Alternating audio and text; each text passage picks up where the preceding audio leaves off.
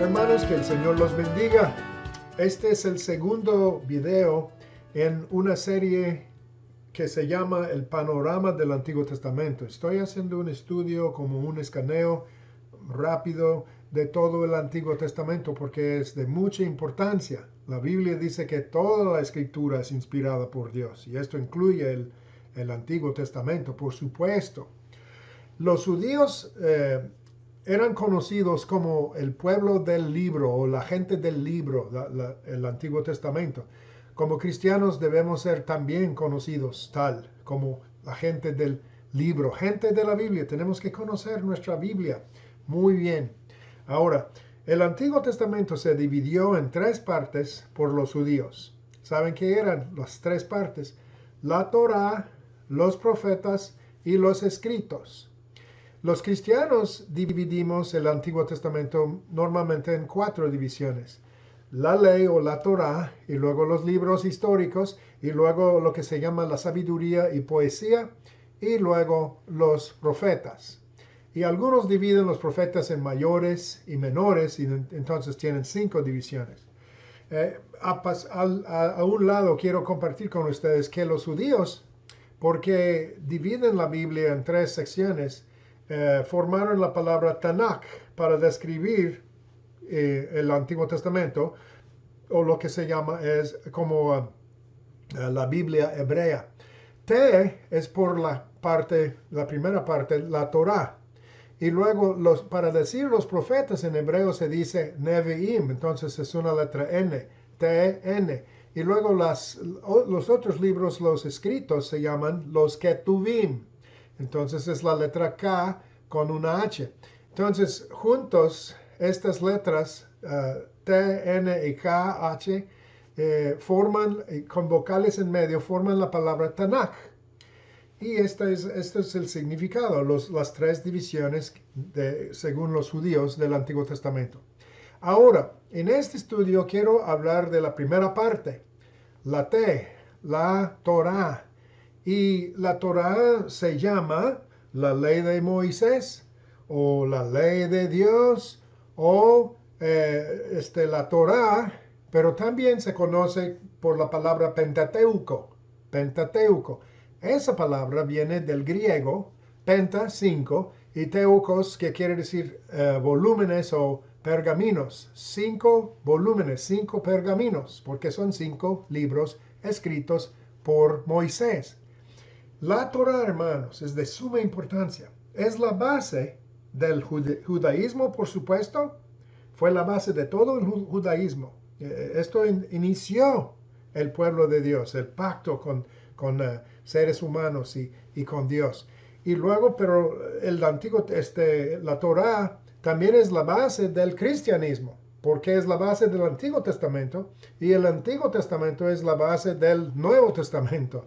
Entonces es súper importante la Torá. Y hermanos, fíjense, piensen en esto.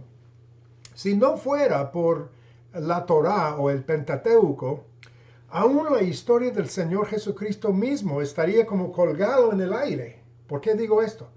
Porque Jesús vino en cumplimiento de la Torá y del Antiguo Testamento, profetizado por el Antiguo Testamento, y el Antiguo Testamento está lleno de tipos y sombras de Cristo. Y si Cristo hubiera venido sin la Torá y el Antiguo Testamento, nadie entendería nada de su misión. Entonces el Pentateuco es de mucha importancia. Fíjense, fue el estándar para el pueblo de Dios por 1500 años más o menos. Fue el primer pacto escrito que Dios hizo con seres humanos. Tuvo en un sentido un pacto con Adán y Eva, y luego con Noé, y luego con Abraham y con Moisés. Pero el pacto con Moisés, la Torá, fue el primer pacto que fue escrito, ¿sí? Los 10 mandamientos fueron escritos por el dedo de Dios en tablas de piedra, fíjense. Pero luego las demás escrituras fueron escritas por hombres, por seres humanos. Incluso Moisés escribió los primeros 5 libros y fueron guardados como pergaminos en el área del tabernáculo. Ahora, el pacto que Dios hizo en Sinaí con el pueblo de Dios a través de Moisés fue tan importante, hermanos, para la historia de Israel. Mientras Israel cumpliera con ese pacto, experimentaron el favor de Dios, su bendición, su provisión, su protección, su victoria. Tomaron la tierra prometida que Él les había prometido, ¿sí? Pero cuando cuando desatendieron la Torah, el pacto, ¿qué pasó? Las calamidades los alcanzaron. Entonces, su obediencia a la Torah, al pacto, fue de suma importancia. Moisés, a través de Moisés, Dios les dio la Torah, y luego cuando Moisés murió, se pasó a Josué, y en Josué 1, versículo 8, y enseguida la Biblia dice que Dios dijo a Josué, si tú obedeces esta ley, si meditas en esta ley, día y noche, entonces harás prosperar tu camino y todo te saldrá bien. Fue la condición, digamos, para tener éxito en la conquista, digamos, de la tierra prometida. Y pues sabemos que dentro de poco Israel empezó a desatender la ley de Dios y alejarse del pacto y no obedecer el pacto. Entonces, habían tiempos arriba y abajo, con éxito y con derrotas según su obediencia al pacto, su atención al pacto. Y por fin llegaron a estar en tan malas condiciones por no obedecer la ley que fueron expulsados, echados fuera de su tierra a causa de su desobediencia al pacto. Dios había prometido que esto iba a suceder. De hecho, Moisés lo profetizó en Deuteronomio. Dijo que en tiempos después de su tiempo, que los israelitas iban a desatender la ley y que Dios los iba a exiliar, a mandar a otro país, a Babilonia, ¿sí? Y entonces su atención al pacto era de mucha importancia. En 2 de Reyes 22 y 23 encontramos la historia de Josías. Josías era un rey, hijo de un rey que era perverso y malo, que desobedeció la ley de Dios y que causó muchas calamidades, muchos juicios y problemas para Israel. Pero Josías encontró la ley, la Torá, y empezó a ponerla por obra, y entonces Israel experimentó un poquito de alivio en medio de sus crisis, ¿sí? Un poquito de alivio a causa de el hecho de que volvieron al pacto. Todos los profetas de Israel, hermanos, siempre llamaron a Israel a volver al pacto, ¿sí? Y en Nehemías, capítulo 8, verso de 1 al 10, Nehemías mandó leer la Torá desde el amanecer hasta el mediodía, porque esto fue después del cautiverio en Babilonia. Y entonces Nehemías y Esdras y otros entendieron la importancia de volver a hacer el pacto con Dios. Ahora, entonces es de mucha importancia el Pentateuco. Un escaneo rápido de los libros nos dará una descripción general de las cosas más importantes del Pentateuco. Así es que quiero hacer esto ahora. Primero hablamos de Génesis, el libro de los comienzos. De hecho, su palabra, su nombre, Génesis, quiere decir comienzos. Entonces, en Génesis, fíjense lo que vemos. ¿Qué tan importante es el libro de Génesis? El libro de comienzos, la creación de los cielos y la tierra, la creación de la vida, el ser humano en particular. Vemos ahí en Génesis el estado original del ser humano, el estado original del matrimonio, el trabajo del hombre, su lugar con Dios, su responsabilidad y autoridad en el planeta Tierra. Pero también en Génesis vemos la entrada del adversario Satanás y vemos la caída, cómo Adán y Eva cayeron y desobedecieron a Dios, y cómo esta maldición entró a la tierra cómo ellos fueron expulsados del Edén. Y luego vemos el diluvio y el arca de Noé. Y ahí vemos una vista previa, un presagio, digamos, de la salvación, porque viene el juicio a causa del pecado. Dios es severo y castiga al pecador, pero a la vez es amoroso y promete un camino de salvación, el arca. Y entonces todo esto está ahí. Y luego las primeras 11 capítulos de Génesis hablan de la creación, ¿verdad? Y el comienzo de todas las naciones, la humanidad en general. Y luego con el capítulo 12, Dios se concentra en una sola familia, una sola persona, Abraham, y sus descendientes.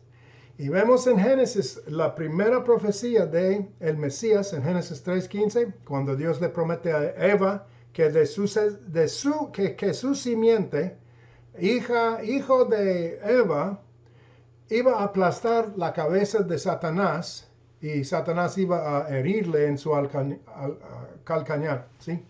Y también vemos que a través de Abraham Dios le prometió que a través de su simiente todas las familias de la tierra serían bendecidas. Entonces, y luego el resto del libro de Génesis se trata de Abraham y sus descendientes y cómo ellos iban multiplicándose y cómo terminaron en Egipto, donde fueron salvados por un miembro de la familia, José.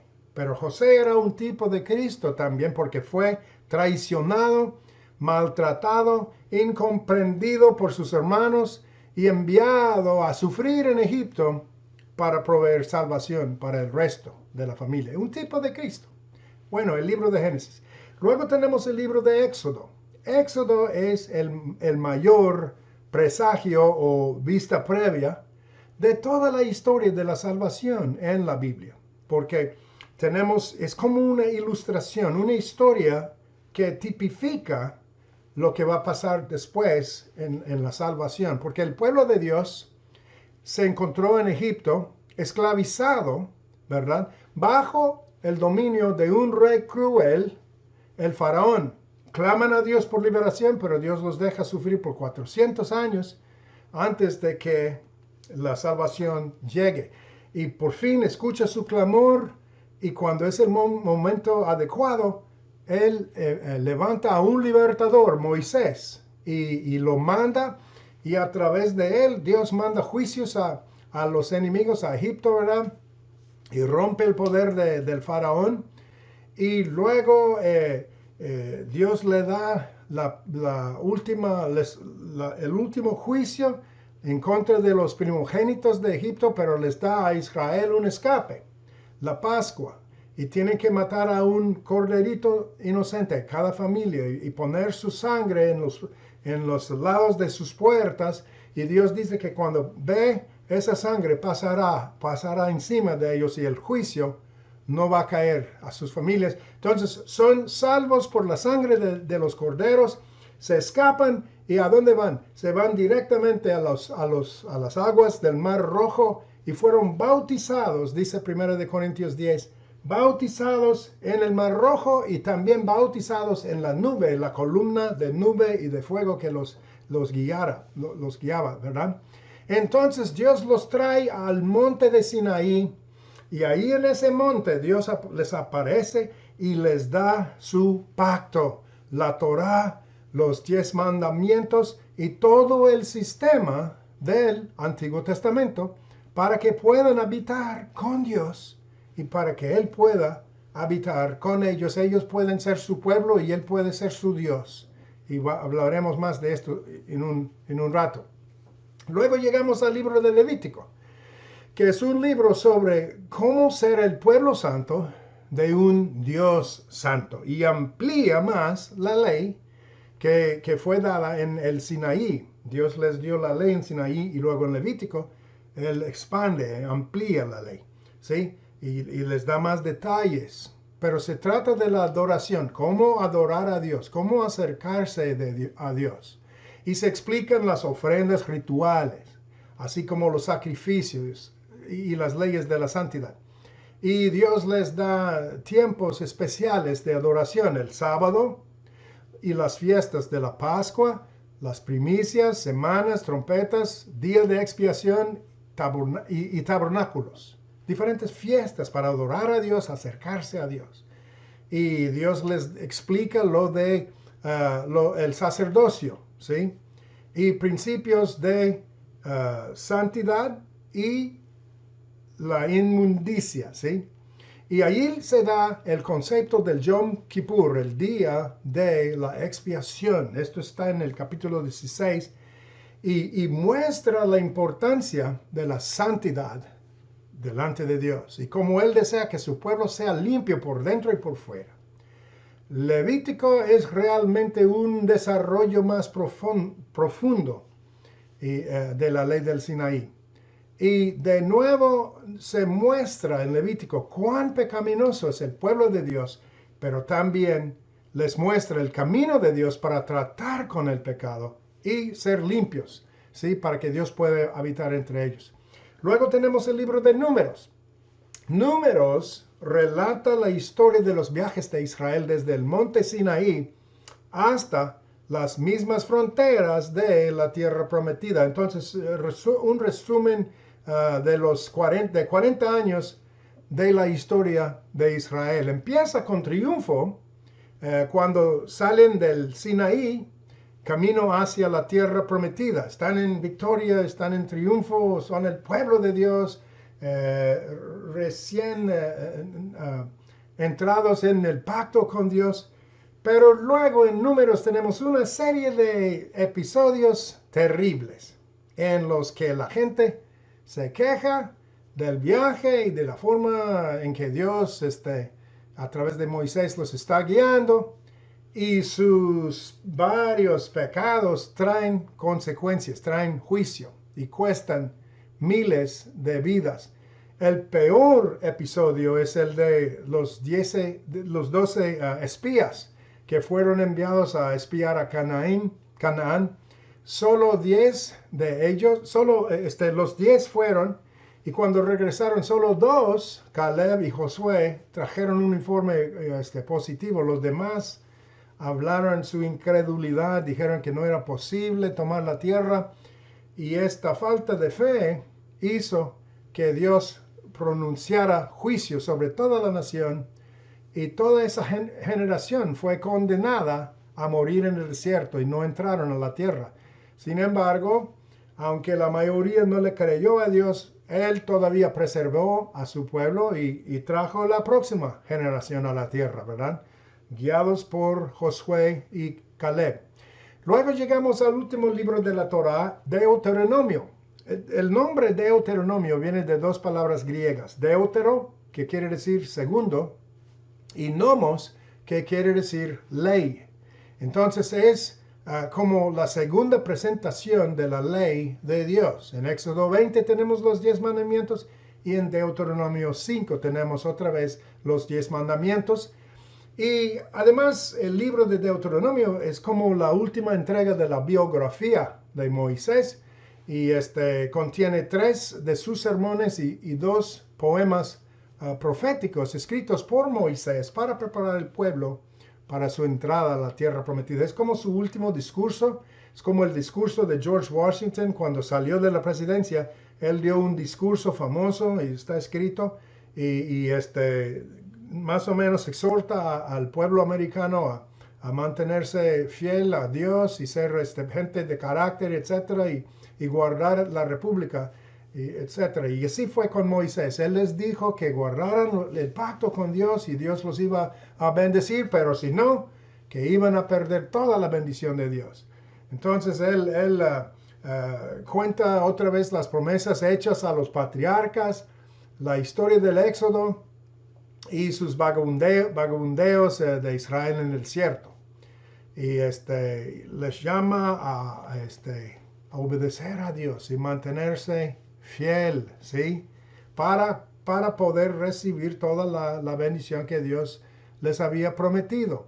Y en cierto sentido es interesante, pero el Pentateuco termina como comienza en cierto sentido, porque en Génesis a Adán y Eva se les ordena confiar en Dios y obedecer su mandamiento, no comer de cierto árbol, ¿verdad?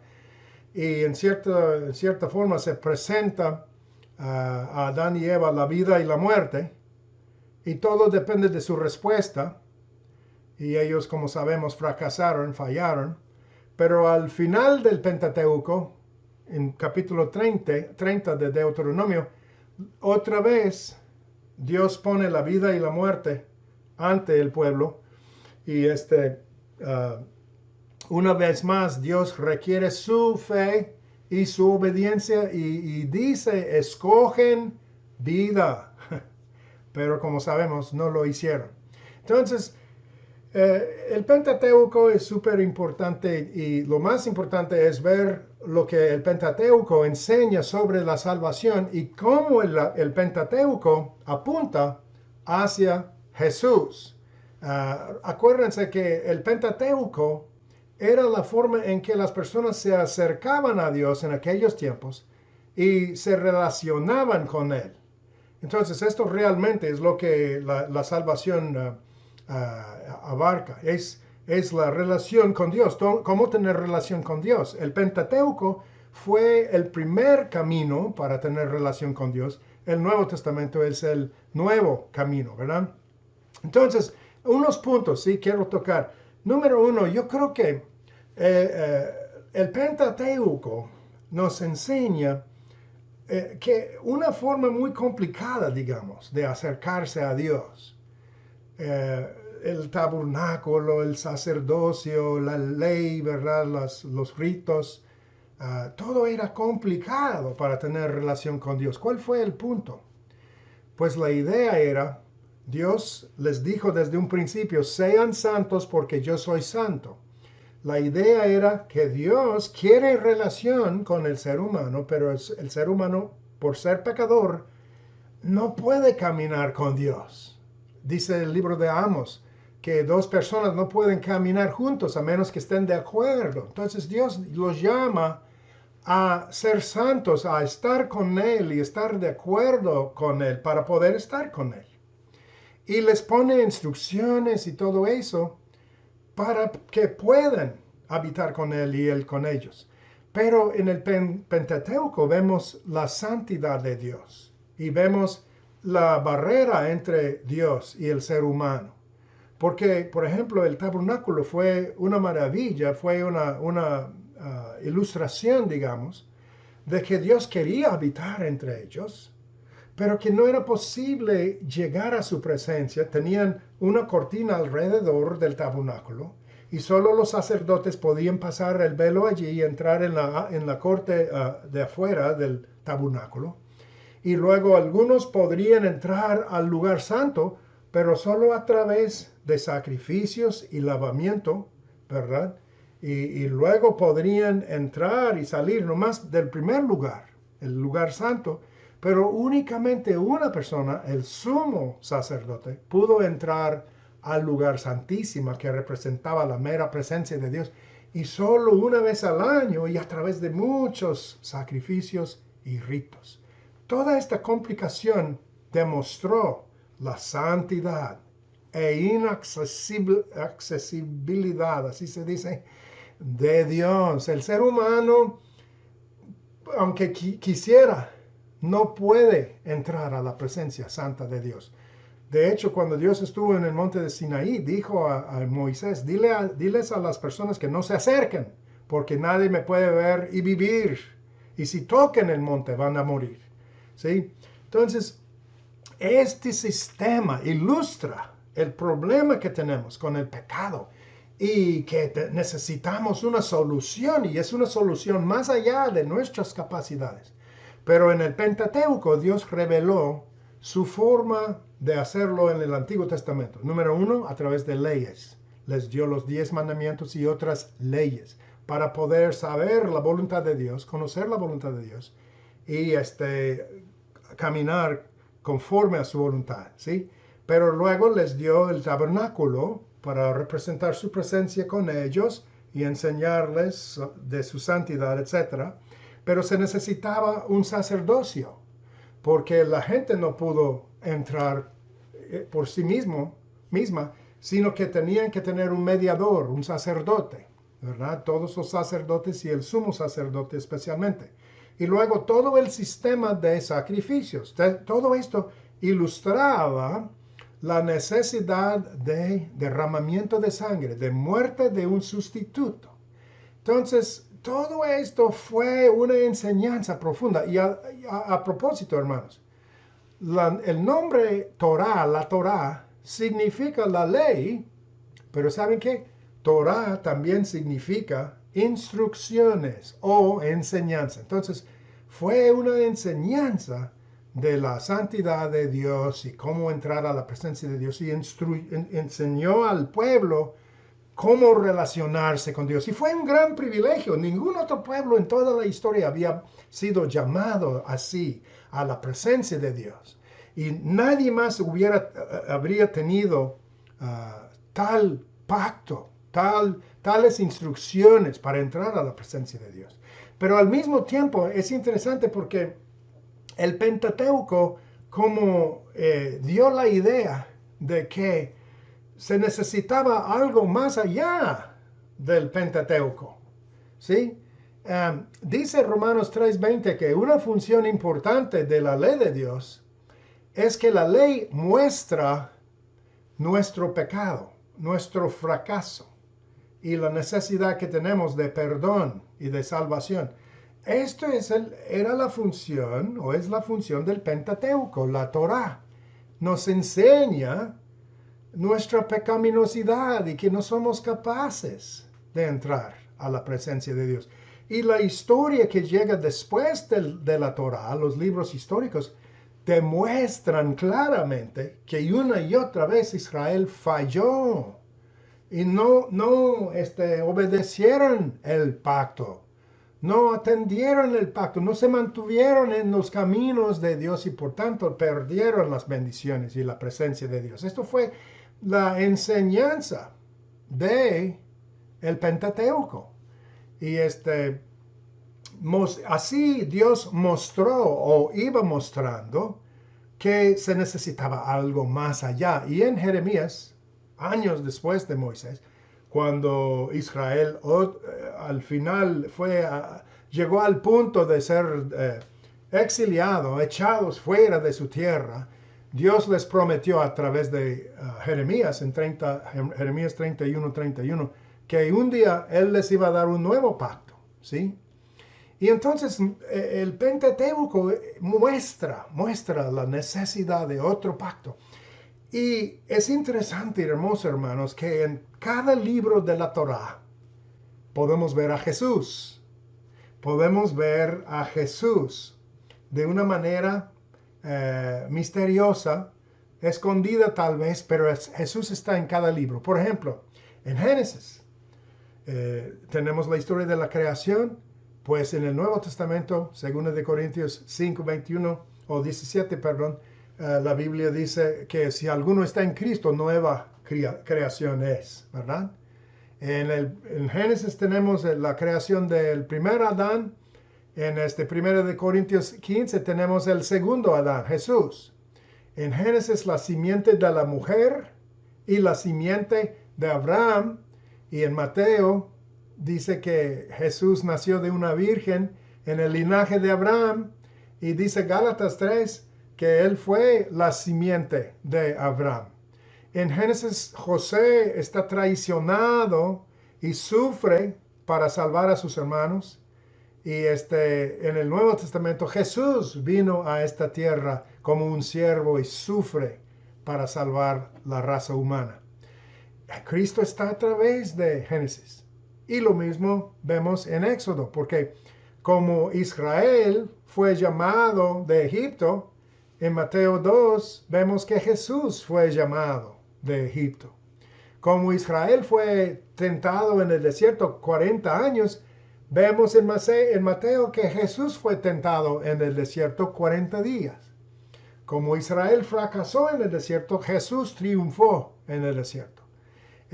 Como Moisés enseñó desde la cima de una montaña, el monte de Sinaí, Jesús dio su sermón en el monte. Gloria a Dios, hermanos. Él está a través del Antiguo Testamento. La ley fue dada en el Antiguo Testamento, en la Torá, y Jesús cumplió toda la ley de Dios en Romanos 10:4. En el Pentateuco se construyó el tabernáculo para que Dios habitara entre el pueblo de Israel. Y en Juan 1:14 dice que el verbo se hizo carne y habitó entre nosotros. Y la palabra griega para que se traduce habitó es Él hizo su tabernáculo entre nosotros. En el Levítico tenemos el sumo sacerdote y todo eso. Y tenemos lo de los mediadores entre el pueblo y Dios. Y en Hebreos dice que Cristo es nuestro mediador, ¿sí? Que Cristo es el sumo sacerdote. Y 1 de Timoteo 2:5 dice que Él es el mediador. En el Pentateuco, o especialmente Éxodo, se matan los corderos para escaparse de Egipto. Y en Juan 1:29, Juan el Bautista dice, he aquí el Cordero de Dios que quita el pecado del mundo. Gloria a Dios, está en Éxodo. Luego en Levítico, Jesús es el modelo máximo de la adoración verdadera. Porque Levítico se trata de adoración, pero Jesús es el ejemplo máximo de la adoración.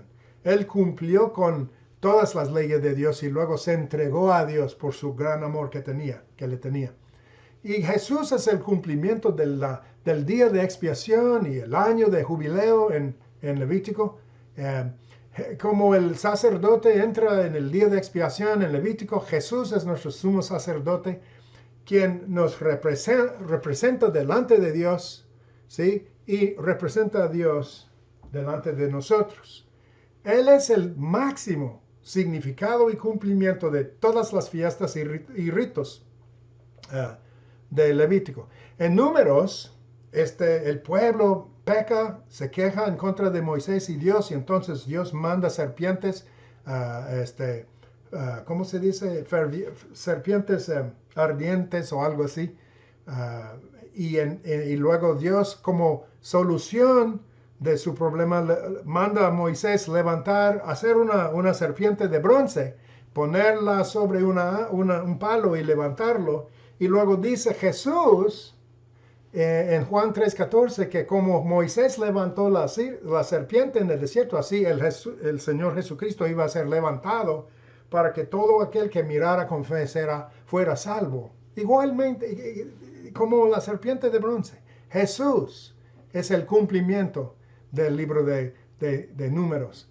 Y en Deuteronomio, Moisés dijo en capítulo 30, que la palabra no estaba arriba en el cielo, ni más allá del mar, sino cerca de ellos, en sus bocas y sus corazones, para que pudieran hacerlo. Y luego Pablo cita esto en Romanos 10 y dice que esto tiene que ver con Cristo. Él no está arriba en el cielo, ni abajo en el abismo, ni al otro lado del mar. Él ya ha venido a morar entre nosotros y podemos confesarlo con su boca, con nuestras bocas, y creer en nuestros corazones y seremos salvos. Como en Deuteronomio, Dios a través de Moisés dijo, yo pongo la vida y muerte, la bendición y la maldición delante de ustedes, escogen la vida. Pues de igual manera nosotros hoy podemos elegir o escoger la vida al escoger a Jesús. Jesús es la vida, y si recibimos a Jesús, recibimos la vida eterna. Si confesamos con nuestras bocas que Él es Señor y creemos en nuestros corazones que Dios lo levantó de los muertos, seremos salvos, tendremos vida eterna, hermanos. Entonces el Pentateuco es fascinante y es de suma importancia para nuestra fe y para nuestro caminar con Dios.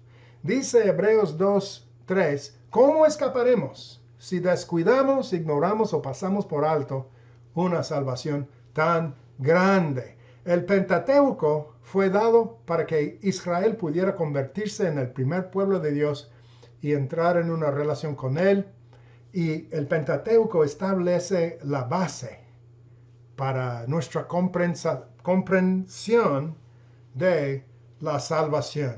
Espero que lean el Pentateuco cada año y que hayan recibido alguna comprensión más amplia a través de esta enseñanza. Si tienen alguna pregunta o algo, me pueden mandar un email y yo le contesto. Trataré de contestarles. Hasta la próxima vez. Que el Señor los bendiga, hermanos.